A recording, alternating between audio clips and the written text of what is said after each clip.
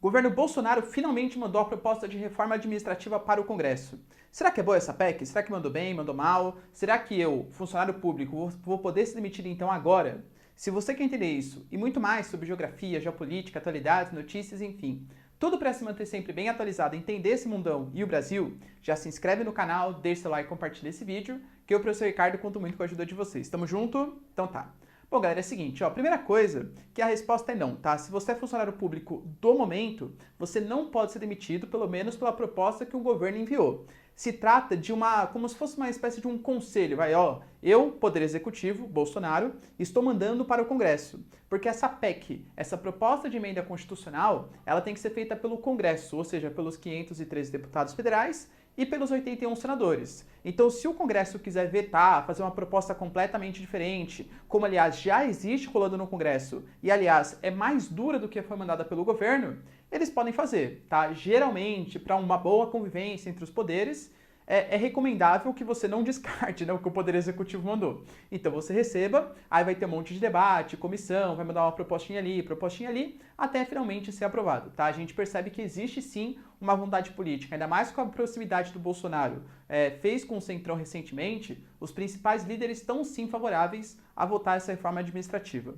Mas então, se eu, funcionário público, não for demitido, quais são as principais mudanças? Antes de a gente falar sobre isso, eu queria desconstruir algumas falácias aqui com vocês, porque eu vejo muita gente falando: o Estado brasileiro é ineficiente, existe muito funcionarismo público, existe privilégio para os funcionários públicos. Galera, muito cuidado com essas falácias, tá? Por quê? Se você for pegar dentre os funcionários públicos, é mais ou menos, até um pouco mais, tá? Tantos privilégios quanto existe na iniciativa privada. A gente tem funcionários públicos e funcionários públicos. Você falar que o professor de uma rede estadual ganha muito, é funcionário público. É diferente de um desembargador, é diferente de todos aqueles membros da magistratura, um juiz, etc. Então existe uma elite do funcionalismo público que sim, ela é super privilegiada. Enquanto existe uma grande massa de funcionários públicos que não, eles não são privilegiados. E aliás, eles trabalham muito para conseguir oferecer um bom serviço, muitas vezes com falta de investimento do Estado. Eu, por exemplo, faço alguns tipos, né, sou professor de geografia, faço alguns tipos de trabalhos locais com alunos para conhecer sobre prefeituras, a participação política. Praticamente todas as superprefeituras de São Paulo, eu sou do município de São Paulo, e olha que o município de São Paulo é o estado mais rico, o município, perdão, mais rico que a gente tem na nação, tá defasado. Faltam funcionários, alguém se aposenta, não repõe pro lugar, aí o cara tem que ficar fazendo a função de 3 pessoas ao mesmo tempo. Então calma, tá? O que existe é uma elite do funcionalismo público que tem muitos privilégios, muitos penduricalhos, e a reforma administrativa ela vai acabar parcialmente com isso, tá? Quais são as principais mudanças que existem? Primeiro, hoje vai acabar essa questão de estabilidade do emprego. Hoje, um funcionário público, ele só pode ser demitido por coisas bem específicas, né? Depois de um processo judicial, todo o trânsito em julgado e tal. Agora, os funcionários públicos, eles vão poder ser demitidos, vai dividir em 5 categorias. Os únicos que não vão poder ser demitidos são justamente essa elite do funcionalismo público, são os órgãos ligados ao Estado. E por incrível que pareça, é que o Brasil acaba desvirtuando as coisas, né? Faz sentido não poder ser demitido a esmo, assim. Por quê? Quando a gente fala de funcionário público, imagina se, por exemplo, todos pudessem ser demitidos a qualquer momento pelo governador, pelo prefeito, pelo presidente que está ali no momento. Então a gente tem o Bolsonaro hoje governando o país. Putz, olha, aquele cara que nomeou foi o Lula, quem nomeou foi a Dilma, então vamos trocar todo mundo e colocar a gente do meu poder.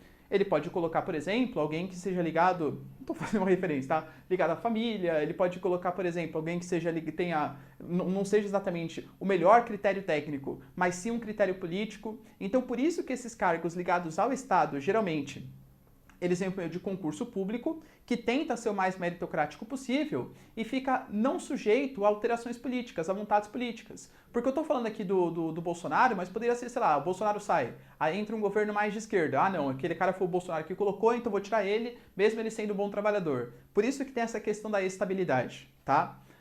Então, vai tirar a estabilidade dos servidores públicos e eles vão estar mais sujeitos a essas leis mais parecidas com a iniciativa privada. Se a gente comparar o salário da elitismo do funcionalismo público comparado com a mesma função no funcionalismo privado, né, nos servidores privados, geralmente o funcionalismo público ele tem 90% a mais de salário que os trabalhadores privados. Então é aí que combater. Professor, mas então aonde realmente precisa não vai ser combatido? Sim, o governo alega que não é culpa dele. Por quê? Ele não pode mexer em cargos da magistratura, em parlamentares, essas coisas, porque isso precisa vir pelo Congresso. Então o governo, o Bolsonaro, diz que espera, a gente não sabe, né? Essa questão política ela é muito forte, ela é muito pujante, é meio que ficar jogando a culpa um pro outro, mas diz que espera. Ele não pode fazer isso, mas ele espera que o Congresso crie uma lei que tire a estabilidade também dessas altas funções do funcionalismo público, tá? Enfim, se isso vai acontecer, não sei.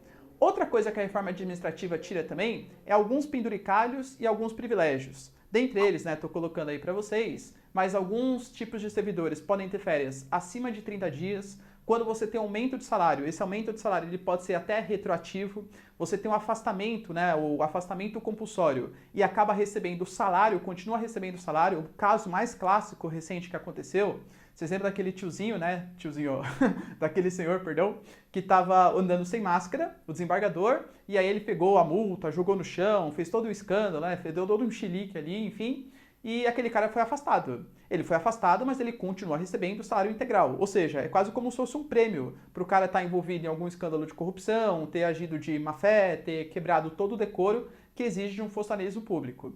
Então, algumas coisas estão sendo feitas de maneira interessante, tá? E outra coisa bem importante também é que o Poder Executivo ele vai poder acabar com órgãos e acabar com cargos, que até então era necessário a autorização do Congresso para conseguir fazer isso. É uma proposta interessante? Tá.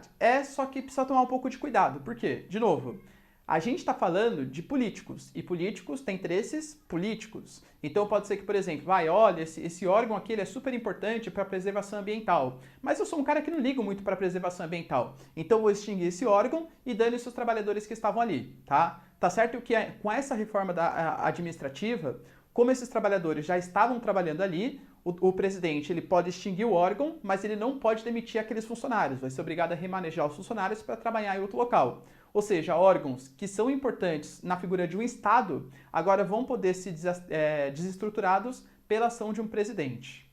Então, no frigir dos ovos ali, é uma proposta de reforma administrativa interessante? Eu acho que combate sim alguns privilégios, que é um ponto importante, mas não mexe na camada principal, que é o elitismo no funcionalismo público. Da mesma maneira que a reforma da Previdência, ela tinha que ser feita, não necessariamente por conta do senhor ali que recebe seus R$ 1.200 de aposentadoria, mas sim para aquele juiz que se aposenta com salário integral aos seus 40 e poucos anos, a reforma administrativa também deveria ser pensada dessa maneira. E pelo menos até o momento, já que o governo disse que não pode alterar esses cargos de alto elitismo, vai ficar na mão do Congresso. Então tem que pressionar o Congresso para fazer essas alterações de maneira bastante significativa para que a gente consiga ter uma economia bastante resistente também, uma economia bastante boa. Estima-se, tá? Eu falo para vocês que o governo falou, mais ou menos 350 bilhões de reais ao longo de 10 anos. Não sabemos se isso efetivamente vai acontecer, até porque, galera, como a mudança não é para os trabalhadores de agora e só para os que vão ingressar na vida pública, é bem possível que tenha ainda um pouco de demora para conseguir acontecer, para ter essas mudanças, né? Para conseguir ter uma real economia. Tudo bem, galera? Deu para entender? Essa proposta aí da reforma administrativa? Muita coisa vai rolar ainda, hein? Mudanças na Câmara, mudanças no Senado, propostas, debates, tudo vai acontecer e que é bom, né? A gente tem que ouvir todos os lados para conseguir fazer da melhor maneira possível. Belezinha?